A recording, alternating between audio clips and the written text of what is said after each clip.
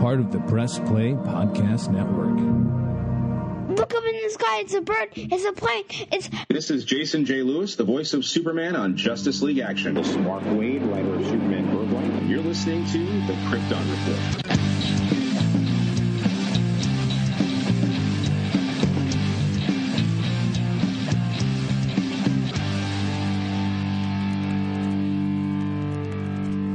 In the sky. Welcome to the Krypton Report. I am your host, Tyler, the Superman of Blue, the Man of Tomorrow. And this is kind of like a Krypton Report minisode, but it's still a full episode. I got talking with Bryan, and it went bigger than we expected, so I'm kind of rolling this in to an episode with a special kind of just conversation. I'd like to point out that we do have a $1 Patreon, and I want to point out that our Patreon will be ramped up more this summer. A lot more things coming for that. But that's where we like to do a lot of commentaries or bonus episodes of different podcasts. Whether it's me and Bryan talking anything nerdy while we hang out, or it's me and James getting back in the Impala and driving around town and fighting evil, hunting things for the Supernatural Report. So I'd like to just give you the chance of opportunity to check that out. It's just $1. You know, it helps keep our podcast going. I'd also like to encourage anyone who's listening to email us. If you have questions, comments, just kryptonreportpod@gmail.com or through our social media channels. You can reach out and find us and have a chat. We chat a lot on Twitter, but let's bring that into the podcast itself. So send us any emails for us to discuss. If you have questions, thoughts, anything you'd like to hear our opinions on. I'd also like to say that in case Twitter does explode and ends, because I love being on Twitter more than any other social media, find us on Hive or Facebook. I don't post on Hive enough right now because I use the Twitter, but if Twitter goes away, I guess I'll be using Hive. With that, I also want to know that if anyone's a listener, I do invite you to come on if you want a podcast. You know, this is something that I believe in, is that anyone can podcast, and it's a great time of just talking with other fans. So if you're someone who has never done a podcast, never been on a podcast, and wants to, send us an email and we'll get you on there. We'll figure out, there's always something to talk about.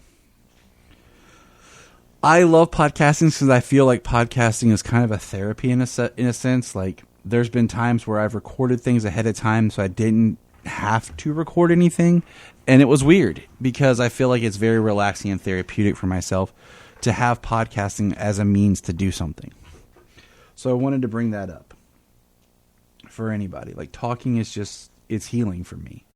Something else is, it's interesting, okay, that Superman and Lois broke kind of the CWDC Season 3 slump.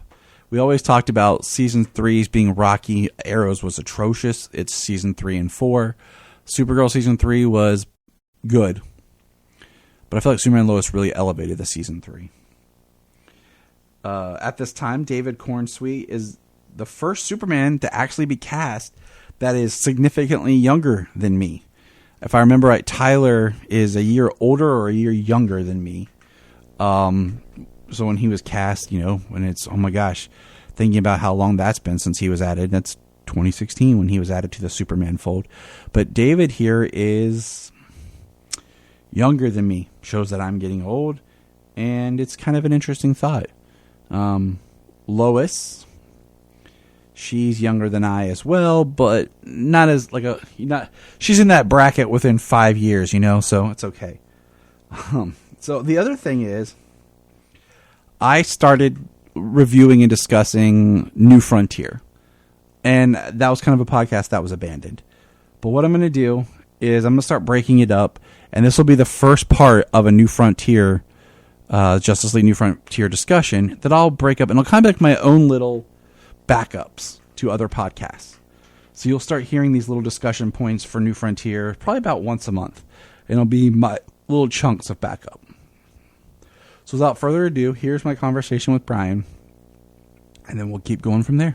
This man needs no introduction. You know his voice. You heard him. It's the legendary, the comedian, the man who's wearing a Spider-Man shirt right now with glasses that match because he's awesome, Mr. Bryan Peters. Bryan. Hello, ladies. So, all right, Bryan, we'll start here. What's up, buddy? Bryan's perks. Thoughts on the casting for Superman Legacy? I think he looks exactly the way he should. I don't know much about David, but David, we were talking earlier, David does look like an amalgam of Tom and Henry. Like, a little bit more like a younger Henry. He's 30 years old. 30 years old seems to be, like, the age you need to be to play Superman to start. It does, because Brandon looked a little too young. He was like 26 or 7 at the time, I think. Yeah. He still looked a little too baby-faced. I can't remember how old Dean was.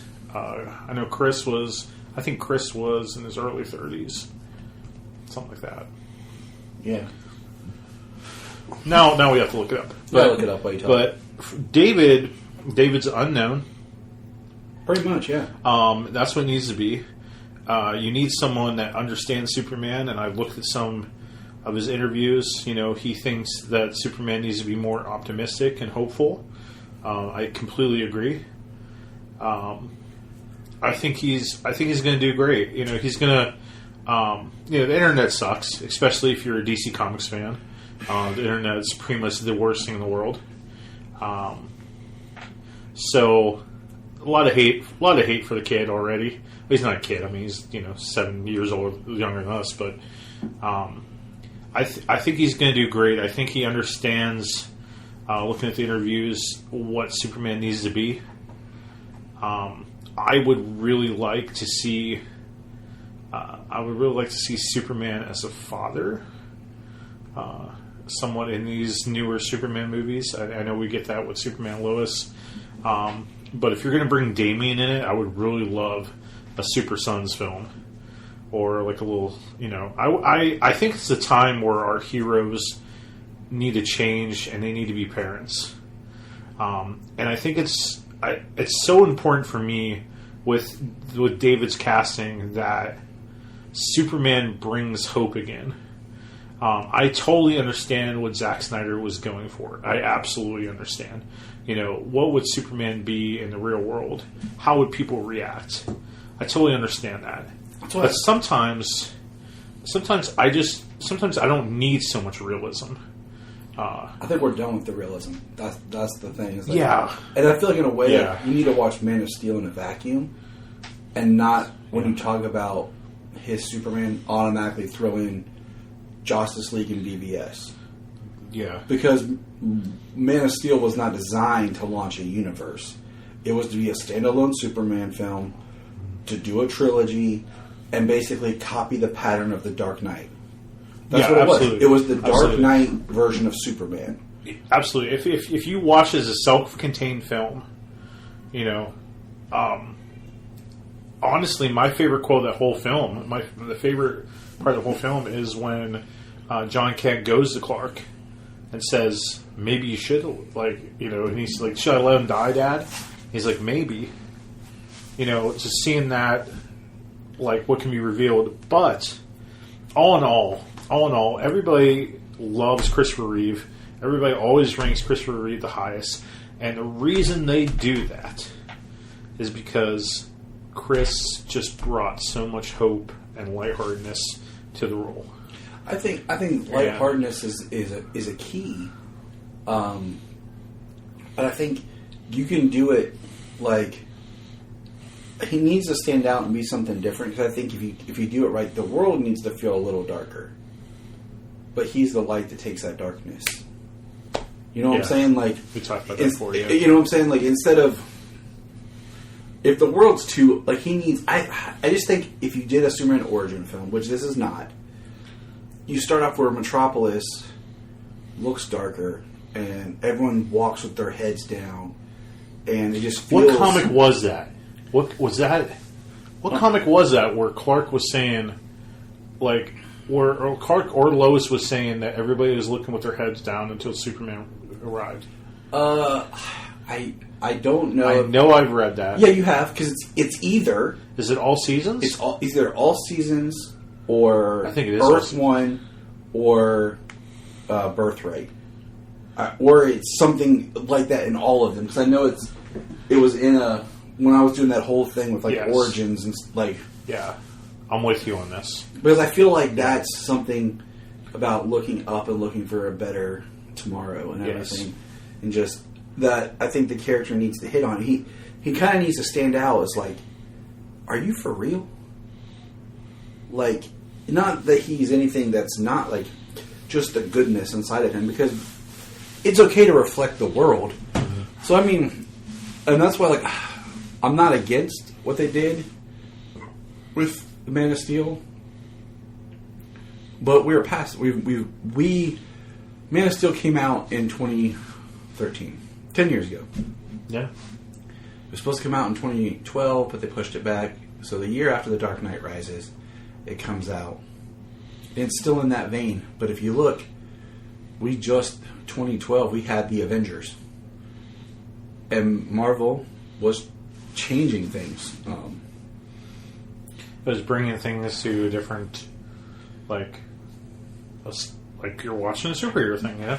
Yeah, I mean, you look at... not realistic. So. When the superhero craze kicked off, basically, in... Spider-Man. I always say, it was winked at with Blade. Blade's kind of like you forgot that I was a comic book movie. Yes. In 98. Then 2000 is X-Men. Spider-Man. And then 2002 is Spider-Man. Nope. 2001 Spider-Man, right? Yeah, because I was still in high No, school. you're right. It was delayed a little bit because of the Twin Towers. Because in the original trailer that they were going to do, he shot a web between the towers. So it was in 22.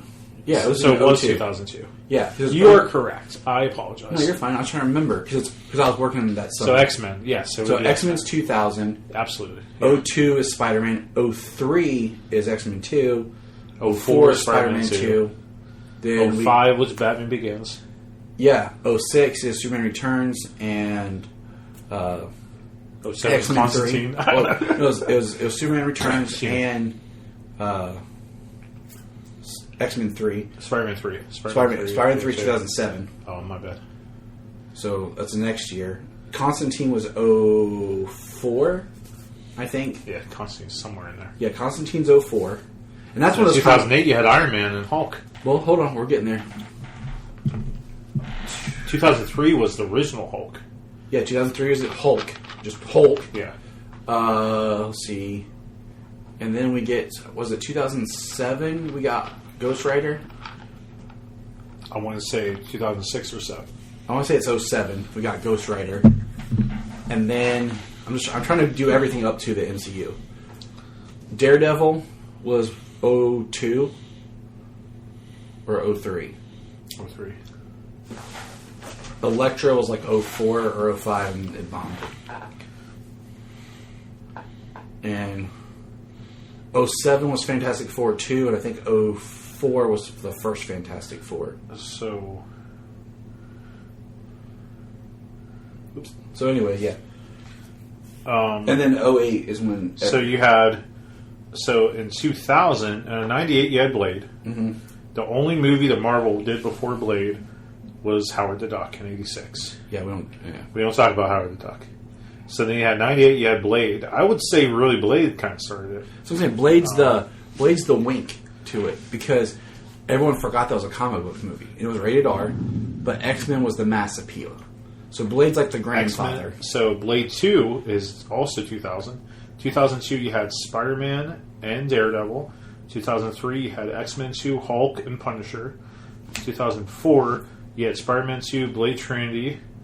2005 you had Elektra, Fantastic Four.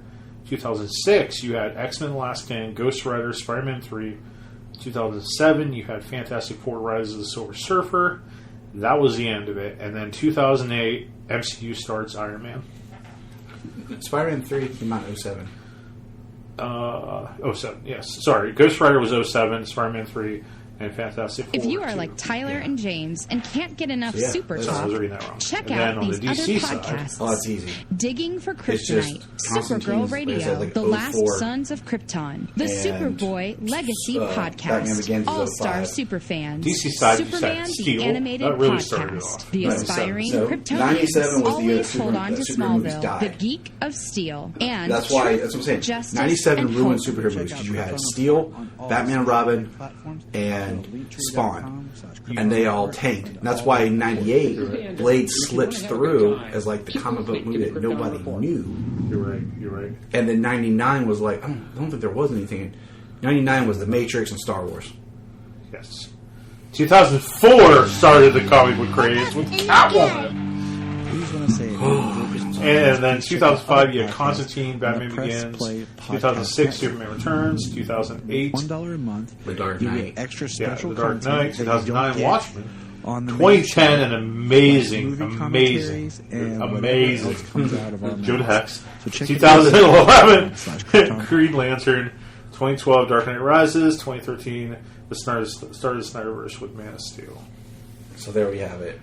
So yeah, back to So what has to do with David being cast? Anyway, just the idea of where it started dark yeah. with X-Men, and then it progressively got to like with the MCU, everything's gotten like more lighthearted and fun. Because I mean, think The Matrix was '99, and it was all black and cool. Yeah. Then the X-Men all wore black. Leather. It was all leather. You know what I'm saying? The world, Daredevil, red leather. You know what I'm saying? And then Batman Begins was realistic, dark, gritty seriousness, and that trilogy carried over. And then Man of Steel filtered into that, And then you think about Zack had done Watchmen into like BBS, because you have Larry Fong again. Really feels like Watchmen-esque. Like it looks great. Like I love the look of it, but it looks more like Watchmen. So my final thoughts on the casting of Superman. I think it's excellent casting. I think he's going to do great. The most important task that I bestow upon David and Gunn is I want kids to feel like I felt watching Christopher Reeve for the first time, and then watching Dean, where I put that towel around my neck and I stood there and like my sister took a fan, have it blow and stuff. Or me just running around with my arms stretched out, pretending to fly. I wanted to fly so bad. And Superman was just... Like, Batman was like, the cool stuff, the gadgets and stuff. But Superman is who you really wanted to be. And I want the kids to experience that. Instead of being like, oh, Iron Man's awesome. Kids, if there's any Marvel character, kids, I'm cool with kids wanting to be, it's Spider-Man. Yeah. Here I am. For real, Spider-Man's cool. He was that side kid. So, David, I'm excited. I can't wait to see what he does. Now, what about the casting of Lois Lane? I'm more familiar with her, only because my wife watches Miss Maisel. I've never watched an episode of Miss Maisel. You're a dumbass all for the not way. watching it. All the way. What's that? I was going to say, I watched the pilot for that, Yeah. and Jania came in and caught the end of it with me, and then I was like, that was cool. And then we are now done with season 2 and are in season 3. And that was like a week ago. Like, Yeah, it just... I'll have to check it out. Especially with you and your recent endeavors, like, you would... Oh, yeah, I finally got stand-up there. Everybody, I finally did stand-up bit. So, I'm just saying, like, you would I enjoy think I it. would like it, And I know Jen likes it, so, that's a rarity in this world. But, she looks like Lois to me. If she plays a character like this Miss Maisel and what I know of her, she's going to be sassy. She's going to have spunk, and I think you need that. Nothing against Amy Adams, nothing at all. Amy is a great actress, not a good fit for Lois, in my opinion. I feel like she was one of those like, oh, I can see it, but then the version that she acted, you're like, what? Like, yeah, and I don't think a lot of it's her fault. I think that their whole relationship, went way too fast. You didn't get to see her. You didn't see their relationship adapt organically. we just jumped. You didn't get it. You didn't get it. It was just boom. We're in a bathtub right away. Well, that's because we did that 1.5 year jump, man. That's why they're like, I just fill it in. It all happened in that 1.5 year. This isn't the new 52. This isn't the last one. We're like, you missed 5 years or whatever. They're like, you know what? We'll skip 1.5 years. I don't know. We just needed to see more from me, and I think so. I'm excited about. It doesn't necessarily have to start at the beginning, but I would like to see I would like to see kind of like what we got with Terry and Dean in the 90s. You know, it built for a good few seasons. I don't know where I want them to start this. It's so weird because I don't want them to be dating. I do not. I don't know. I don't even. Part of me wants them because I try to look at it in some Or do you ways. want them to be married right from the get go, I don't so know that we yet. can get John? Part of me wants them to because I look at it like this: you have people who like the character, will go see the movie, but they're not watching the TV shows. Yeah. So it's Yeah, like right. that relationship that's like Terry and Dean, Tyler and Bitsy needs to be on the big screen. You know what I'm saying? Like, because we haven't really had that dynamic on the big screen. So what's another thing that you can do on the big screen that hasn't been done with the characters? Well, I hope to go with my idea that I gave you when I saw it was titled Legacy, and they mentioned Damien. You know, I think the movie should end with John being born, or we do. You know, it ends with her being pregnant or something, and then post credits is maybe a little bit of a time jump where John's like 8 years old or something. I think yeah, it ends with him Because if being Damien's born. going to be like 10, 13, whatever. I think, And then hence Superman's legacy, yep. Jonathan. Boom. I think it's time. I mean, think about the themes that Gunn finished with Guardians about fathers and sons. Yeah. Even inside a Rocket's story, you know, creator and ever that, and then you're taking that into Superman.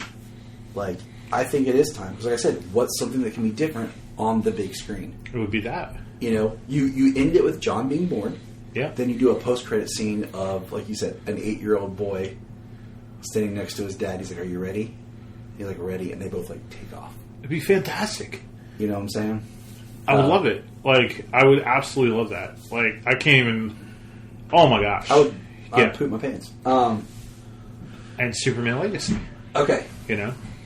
I don't know. That's what I want. So, Brian, what are your Yes, thoughts on the end of Superman and Lois this season? Absolute bullshit. Yeah? How you Abs- feeling? Absolutely. I mean, seriously, you're going to end the show. You're going to end the season with the biggest reveal of all time. I mean, they said... The Kyle sperm is just so potent. that Kyle didn't... The Kyle's the James of the CW. I was like... as soon as we were watching that, and they had the scene, he makes Chrissy breakfast, and she wakes up and throws up, I said, "Oh, no." Did you let out like I did like a... Yeah, I was just like, "Oh, no. I'm pregnant." I was like, it's like shorthand. Hey, when you tell the audience a woman's pregnant, just have her wake up and immediately throw up. It's what they use every time. Yeah. It's the go-to. It's super shorthand. And now I'm telling you that Lana's pregnant. Oh, I'm telling you, one night stand, Lana's pregnant. I'm telling you, bro. I'm just like, what? I'm just like, dude. And then, so the whole excuse is that I'm going to start Steelworks. I'm going to Metropolis. I got you knocked up. You're going to come with me. That's how you get the characters off. And then maybe Kyle gets a job or something, or what I find fascinating is what I mentioned is in that episode there are so many little things about how the characters can be written off and dispersed in the series now. Yeah. Or be killed off or whatever. And they finished filming this season back when episode 3 aired. So it's not like this season's been done. Okay. While they were airing, compared to like they're still filming while they're airing. Because I listened to Wale Park talk about they were about to air the 3rd episode, and I listened to a podcast where he was talking about they had already wrapped and everything. Well, so all this was... So they already have it set up where they can end it pretty good for them. Yeah, so I'm like, wow, they already had stuff set up before the announcement of what Season 4 was going to look like. So good call. I'm just like, interesting. So let's talk about Luther. I knew that Michael would do like a bit of a scary take. I figured that's what we were going to get. Yeah. I really loved him telling the warden how it's going to be, and then the warden, calling and then, like, him threatening his family. That felt very Lex to me. Making that guy bend over and be his seat, and him beating him in the head to give that was pretty scary, Lex, for me. I liked how that whole episode was just him walking towards the farm and then building the tension. That was awesome. And him threatening Lois like that, awesome. But now I maybe there probably is a story that I haven't got to yet because I just started the New 52 in my chronological DC reading or whatever. But to turn Bizarro into Doomsday, I thought was a pretty awesome touch. It feels like, and it's a callback to season 2, where we see that green suit and we're like, oh shit, is that Doomsday in the mines? And then it'd be in Bizarro and we're like, oh, that was a nice fake, but it wasn't a fake, Tyler. No, it wasn't. And I think it's smart planning of just like subverting things, knowing where you're going with a story, so it doesn't feel like a retcon. Yeah. I think also it's they knew exactly what they were doing years ago. And it's that's awesome. it's kind of like a blend. Like I said, it's a blending. Like they took they turned General Zod's dead body into Doomsday in BVS. Yeah. That's how the Kryptonian deformity. We saw the creation of the first Doomsday, which is I think the only Doomsday on Krypton. So in this, they kind of did the same thing, where they brought him back to life, where he was dead. So what I didn't understand is so Bizarro, like in season 2, when you see Bizarro being like his good side and him on the other Earth or whatever, like he could function normally and he could like talk and communicate, but nothing was hinted at that like you could keep killing him and he would get stronger. Well, that's like where did that come from? Well, that comes from he was dead, and whatever Mannheim scientists did to him to bring him back to life, but they were experimenting on him, is what's triggered this inside of him. Gotcha. Because remember, they were trying to cure cancer cells. Yeah. With his blood, and used him to try. It's like Ultimate Spider-Man with the venom. So it's like whatever they were experimenting with his cells regenerating, it mutated and deformed them. Gotcha. So, okay, I'm with you. You know what I'm saying? Super science, comic science. Yeah. Because comics. Yeah, so that's what caused him to like basically adapt to the coming back, and it kept tearing up his body. I liked it. I liked it a lot. It was cool. And he looked pretty great. He had spikes. Spikes are important. Big and has spikes. It's the face, dude. The head was a little. Yeah, a little like Joker in Arkham Asylum. Like it was kind of like that. That's the one thing I didn't like, was like the head and face. Oh, the Flash CGI guys took care of that. Well, I mean, it looks better than blood work and everything that they've done. So it's just like Doomsday on Krypton. Let's say he's wearing a beard. It was like Bill Goldberg as Doomsday. Was it really Bill Goldberg? No, that's what it looks like. I was going to say. But and then I think Smallville had the best looking face, but of course it was a makeup and a rubber application because they weren't doing the CG creations yet. They don't make them like they used to, man.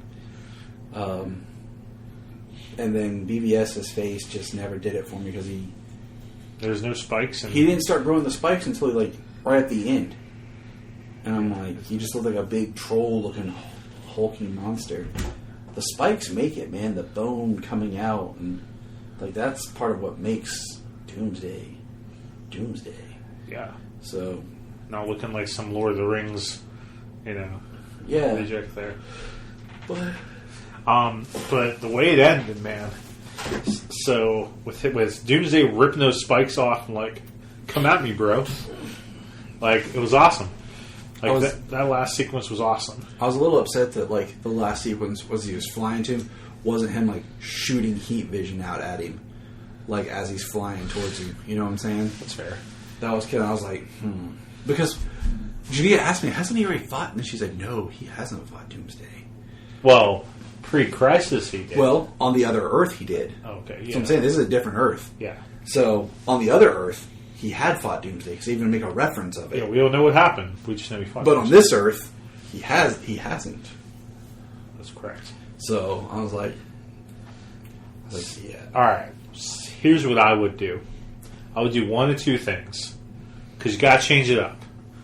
Either Doomsday kills him, and you have Jordan become your new Superman. And season 4 is the Jordan, like, because all season 3 was Jordan's not taking this seriously. Like, he's showboating. He's being like Connor was when he started out. Mm-hmm. You know, that little amalgam there. You know, he's got the goggles, he's got the black jacket, whatever. He's like Connor. That's straight out of Superman, American Alien. The goggles and then everything. I don't think I read that one. You haven't, if you're doing chronologically. My apologies. No, I'm just saying, like, it's... My apologies, Mr. Superman, sir. But, Jordan's, that would make Jordan stand up. That would make Jordan step up. That, like, my mom just survived cancer. And she just lost her husband. We lost our father. The world's lost a hero. I gotta step up. And that's the story that I kind of wanted. I want it to be, like, if this is going to be the final season of Superman and Lois, have Tyler die. Because, I mean, we saw it in, like, BVS, we did. But we didn't see any, like, Reign of Superman type thing afterwards. Funeral for a Friend is my favorite chapter in that whole series. Absolutely. Frickin' A. But what do you have during the death of Superman? Superboy. Yep. Steel. And you have Steel. And then you had the Eradicator already. Yeah. And then Cyborg Superman, I say you leave that out. Or you do a version of it, but I don't know. Who? Kyle. So turn Kyle into your Cyborg Superman. No, see, just do it like Luthor tries to make a Superman robot. Or no, it's not even Luthor, because this Luthor doesn't... Nah, screw it. Just do this straight. ego. Just do this straight. He doesn't have the ego. Like, the whole... That's where I think they're going to go, and that's where I hope they go. I think it would be interesting to start the episode off, okay? Yeah. Where you start off with the fight, but then you start off with like a shot of the fight, and then you're cutting back to like the funeral, or you're cutting back to a day, and you don't see the whole fight play out. You only see it in flashbacks as we're like they're moving forward, and then Tyler is present in the series as like flashbacks, or almost like this, like a consciousness figure that Jordan imagines next to him, like coaching him, like and doing his training. Or he's like that, but then like season 6, you do something with the fortress, or not season, episode, like halfway. It's only 10 episodes, so like episode 5, like you start to do, he comes back, or something. Or you just, like you said, if you kept him the dead, final fight with Luthor or whatever, you keep him dead the whole season, like, but you find ways to have him there. It would be interesting. It would be different.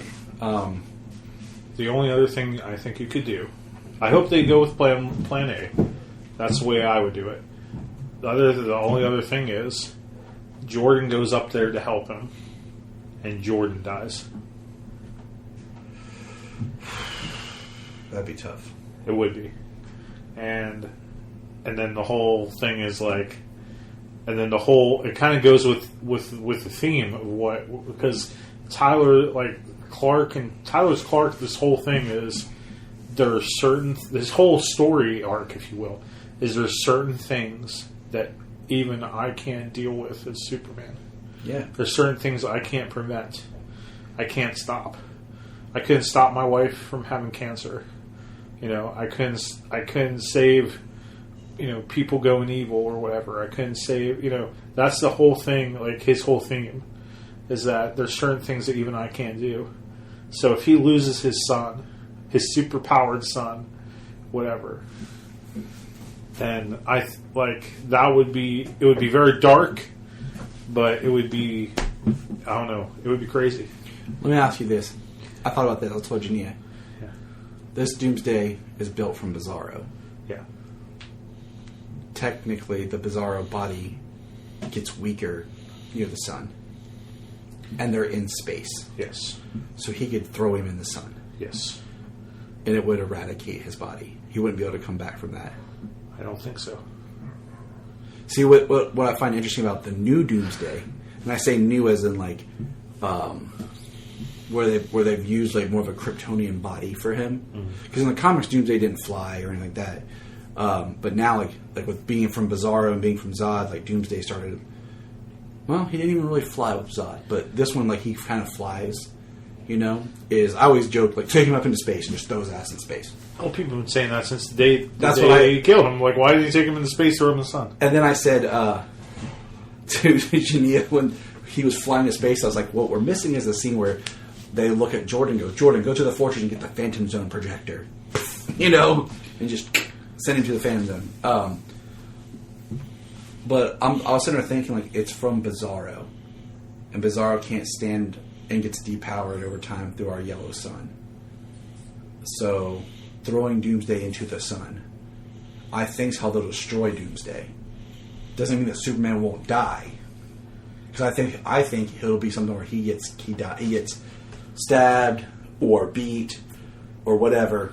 And they do like an all-star Superman thing and where he gets overpowered? And Jordan flies up and brings his dad's body home, but Doomsday goes into the sun and just... Because the sun destroys Bizarro. Because it's yellow sun compared to the red sun, which would power Bizarro. Your logic's sound. It's almost like you're a Superman fan. Because there has to be a way that you have to stop Doomsday, or else he'll just fly back to Earth and keep destroying everything. And that shows you how much Lex doesn't care about anything. Oh, no. Because he doesn't have a plan to take him out, to stop him. So. Just like Jesse Eisenberg's Doomsday. Yeah. Okay, talk about casting. Like, Jesse Eisenberg was cast. Social Network. I mean, that's a great take on Lex Luthor right there. But then when he get the trail he does in the show, you're like, let me put this Jolly Rancher in your mouth. Not exactly what I was thinking you would do. All right, Bryan, the amazing Bryan the Barbarian, Bryan the Barbarian, Bryan the Baptizer, baptizing Bryan. I don't know. Bullshit, Bryan. We'll think of another B term. There you go. Bryan the T-shirts. Bryan the T-shirt. Bryan the lunchbox. We're going to press pause and hear a few words from our other podcasts on Press Play Podcast Network. Hello, Brooks here with the Books with Brooks monthly book club podcast. Here's how Books with Brooks works. We read one book a month, and then we talk about it. Classics like Stephen King's The Shining, debut novels like We Are the Brennans by Tracy Lang, and tons of other compelling, life-changing stories, one book and 1 month at a time. So come read along with us, and then listen in. Before we start this episode of Krypton Report, I want to take a moment and just give a shout out here to our Patreon. I know what you're thinking. Gosh, everyone's asking for money, and I get it. But our Patreon is only $1. $1 a month that helps us keep the podcast going. And what we do is we try to find interesting shows and topics and whatever we want to talk about. We've done, as of this little thing, our last recordings were on the Scream series. Brian and Tyler, that's me, do our own show where we record in the car, and it's kind of funny. And we talk about pop culture or whatever is going on. We also have the Supernatural podcast we've been reworking. It's taken some time just because of life. But we do movie commentaries as well. It's something that James and I have done, what we used to do on the main show that we've started doing here. So for $1 a month on our Patreon, you can get those shows. There's at least 4 a month. Also, there's my movie pitch show that I do. But also, what we want is if you're a Patreon, you can come on. You can come on the main show if you want. Or if there's something you want to come on and talk about, we can do it as a Patreon special. So all I want is for $1 a month, think about chipping in, joining our Patreon, and you have a voice to be a part of things. Follow the link in the link tree or in the show notes below, patreon.com/KryptonReport. If you are like Tyler and James and can't get enough super talk, check out these other podcasts. Digging for Kryptonite, Supergirl Radio, The Last Sons of Krypton, the Superboy Legacy Podcast, All-Star Superfans, Superman the Animated Podcast, The Aspiring Kryptonians, Always Hold On to Smallville, The Geek of Steel, and Truth, Justice, and Hope. Remember to check out Krypton Report on all social media platforms. Go to linktree.com/Krypton Report. You find all of our report. This is Dan Jurgens, and if you want to have a good time, keep listening to the Krypton Report. Welcome to the Krypton Report. This is your host, Tyler, the Superman of Blue, the Man of Tomorrow, and I'm going to begin looking at DC Comics, A New Frontier. This book, I'm going to record this kind of differently, so the tracks will be fun. I'm going to record this in segments and put it all together as one recording.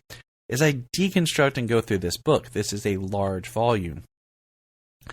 New Frontier was written by Darwin Cook, the late great Darwin Cook, and recently I had looked at Tim Sale and Darwin Cook's Superman Kryptonite, and I got thinking about how much I really enjoy Darwin Cook's art. I always have, and it has a similarity to Tim Sale. And I thought, you know what? I'll read this book, and I got thinking about as I read it, I'm going to talk about it. And one thing was I had never read it before, and I wanted to, and I know that when it was released,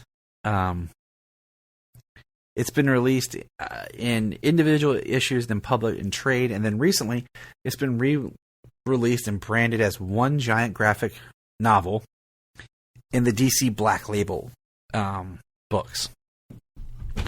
Some background on New Frontier is The New Frontier is an Eisner and Harvey and Schuster award-winning 6-issue comic book limited series written and drawn by Darwin Cook and published by DC Comics in 2004. The series was collected into 2 trade paperback volumes in 04 and 05, an absolute edition in 06, and a deluxe edition in 2015. The story was adapted into an animated film, Justice League: The New Frontier, which was released September 26, 2008. Which, you think about it, that's 4 years. That's a quick turnaround, especially at that time, because if I remember correctly, that was the second DC animated direct-to-video film. The series was influenced by both DC Comics' long histories and series like Kingdom Come, The Golden Age, Watchmen, The Dark Knight Returns. Much like The Golden Age, New Frontier is set primarily in the 1950s and depicts the Golden Age superheroes, Superman, Batman, and Wonder Woman meeting Silver Age characters, The Flash, Green Lantern, and Martian Manhunter. The story brings the gaps between the end of the Golden Age and the beginning of the Silver Age in DC Universe. So that's a little behind-the-scenes kind of idea, and I like it. I mean, to be honest, it's really neat. And it does give me a very strong Watchmen-esque vibe as I was reading it. Not the film version. I'm not talking about the film. I'm just talking about the book itself. The panels, being less panels per page, and the style, the serious structure of the story. The fact that one chapter has an article published by Iris West talking about the death of Our Man in Gotham City in 1952. And it does feel very Watchmen inspired. And not in a bad way where I feel like it's copying, just stylistically maybe.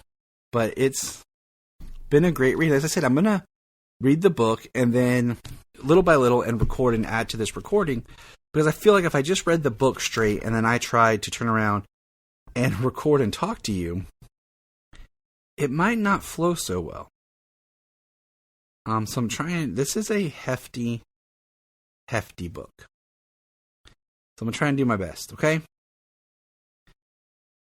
And that is where I'm at. The first chapter is the story is 1945. It's a military unit known as the Losers. We have Captain William Storm, Johnny Cloud, Sarge Clay, Gunner Mackey, and the unit's dog Pooch. It's sent to a remote island in the Pacific to retrieve Richard Flagg, an ex-Navy scientist. His unit was transporting.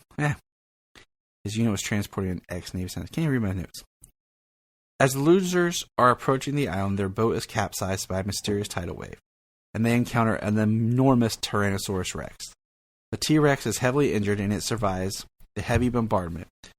The Losers are slowly killed and picked off one by one. And what happens is we have a story where our character is actually writing the story of the Losers. Where was I? The remaining Losers hold up in a fortified cave. The following day, Sarge, grief-stricken by Mackey's death, ventures out alone to kill the T-Rex, while Storm Cloud go in search of Flagg and his men. Storm is carried off by a pterodactyl, leaving Cloud to return to the cave, where he discovers Pooch and Flagg, whom he informed that Sarge has been killed. Cloud helps Flagg to escape the island, but stays behind with Pooch to finish off the T-Rex that killed his comrades, writing an account of the mission in charcoal on the cave walls. The following morning, Pooch is killed and Cloud is heavily injured by a booby trap set by Flagg. Accepting his fate, Cloud attracts the attention of the T-Rex, jumps into its mouth, armed with 2 live grenades. It's very weird to start this story that way, but talking about how we connect to the Golden Age, I think it makes more sense. Also, the Losers is tied to a story that would appear later in Rebirth as John Kent and Superman travel back to the island in like a time vortex thing. It's very trippy, but very, very interesting. The second chapter. So when that chapter ends with the story of the Losers, the next talks about nuclear power and what's happened in the world. We're kind of summarizing the history of this era, which leads to a panel that talks about how many of the heroes had ended. Heroes are retiring. They're turning in, and we see the Justice Society basically stopping. The Cold War starts. They talk about some heroes who were beyond the control of mankind, the Spectre. Others were simple-minded patriots, happy to wave so long and go peddle their papers. We see Shazam or Captain Marvel. And then a rare few display the cunning and the conviction to evade capture. And of course, that's Batman.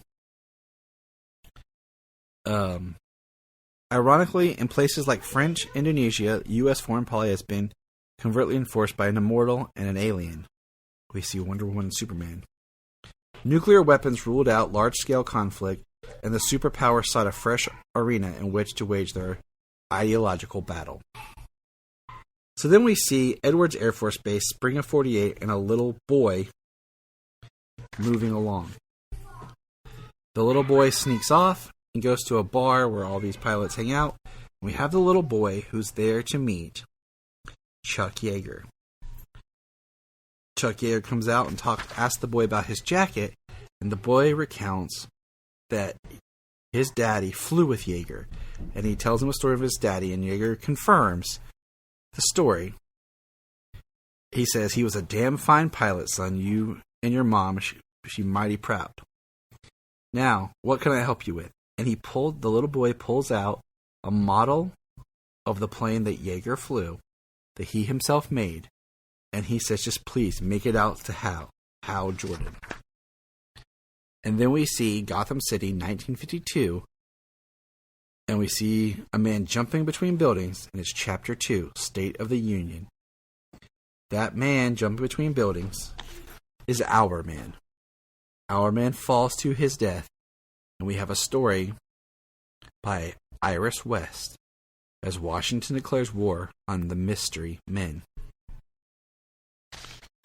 We get a whole newspaper article talking about men without countries, Eisenhower's enforcement, of these, and we even get a shot of a drawn picture of Superman fighting Batman in a very newspaper-styled force. They talk about Task Force X, and then we have Chapter 3, Heavy Traffic in Mig Alley. This is where we have mere hours after the Korean War conflict has ended, Hal Jordan is flying and is shot down by the enemy, not knowing the war is over.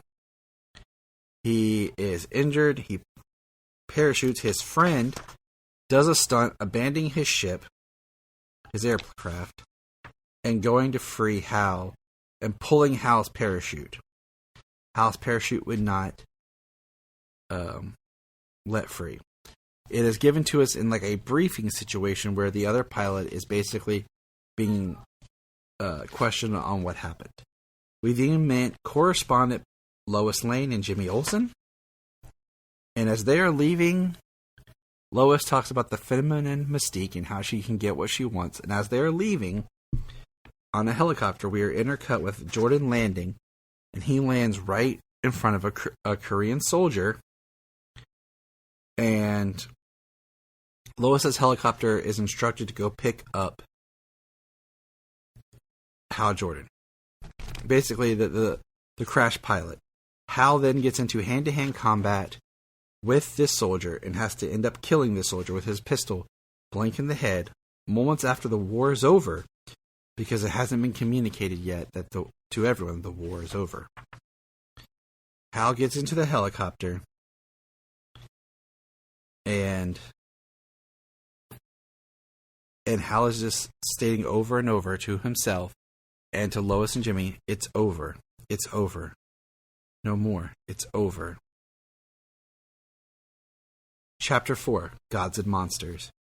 In this, a dying astronomer is found that he had accidentally pulled Martian Manhunter to Earth. And he has a heart attack and dies because of the fear he gets by the Martian arriving. Now, as I stated before, I had previously seen the film. I enjoyed it, but I've heard that there's much difference in depth to the book compared to the film. So that's why I'm undertaking this task of the book. The next part involves Wonder Woman and Superman, where Wonder Woman is in the East China, Indochina area, and Superman sees all these dead men outside and goes inside and finds Wonder Woman and these women celebrating. What we find is these women were being held hostage and sex slaves and imprisoned in tiger cages, and while Wonder Woman was flying over, she freed them, and the women decided what to do with their men, and they killed them all. Superman argues with her about this is not the way we do things, and Wonder Woman throws in his face that she gave them freedom and a chance for justice, which is the American way. She tells him there's the door, and that's where that ended. And in Gotham City in 1955, we see the Martian Manhunter, who will be the Martian Manhunter, John Jones, has an identity, and he sits in an apartment and he's watching TV as time goes on, and he's learning. And my Martian name is John Jones. Here on Earth, I shall be known as John Jones. Police Detective John Jones. I'll be one of the good guys. We see 1956. Russia sitting Sputniks in 57. Eisenhower in 57. Second term as president. And then one day we have a narrator that comes in on the next page. And what I like about this is each panel or each page is only 3 pages or 3 panels per page. I can't talk. One day you go to work like every other day, but it's not every other day. Everything changes that day. And it's Barry Allen. And he's reading an old Flash comic, which is awesome. And then in Gotham City, 57, we see police detectives that are being called into a building, and they find the Batman fighting a crap ton of like evil cultist monks. And they have a child that they were going to sacrifice, and Batman is literally beating the crap out of everyone to free this kid. One of the detectives is John Jones, but because of the fire, he freezes and is then able to move. Him and Batman saves the kid. The kid is then afraid of Batman. Batman striking fear into the kid himself. And the other police detective who's with Jones takes the child while Jones is in the back looking at the book that these cultists had.